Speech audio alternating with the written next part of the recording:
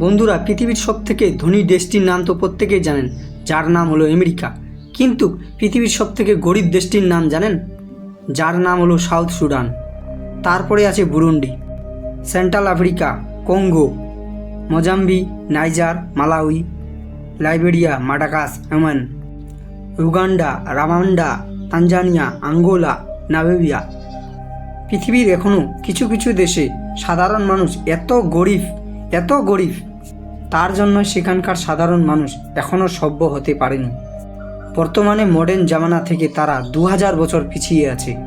কারণ south Africa মহাদেশের এই যে ম্যাপটি দেখতেছেন আপনারা, বর্তমানে এই মহাদেশে 54টি দেশ আছে। তার মধ্যে 45টি দেশ প্রচুর হারে গরিব। এইসব দেশগুলিতে কিছু কিছু মানুষ এখনও বনে জঙ্গলে বসবাস করে শিকার করে কাঁচা মাংস খায়।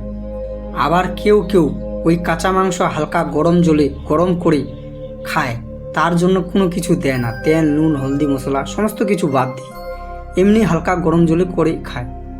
বর্তমানে এই সমস্ত লোকজন দেখতে পাবেন প্রথমে যে দেশগুলির নাম বলেছিলাম ওই দেশগুলিতে। আবার কয়েক হাজার মানুষ আমাদের ভারতবর্ষও আছে। আন্দামান নিকোবরের কাছে ছোট্ট একটা দ্বীপ আছে যার নাম নর্থ সেন্ট্রাল আইল্যান্ড। বর্তমানে এই আইল্যান্ড ভারত সরকারের তরফ থেকে ব্যান করা আছে, যেন কোনো লোকজন যেতে না পারে।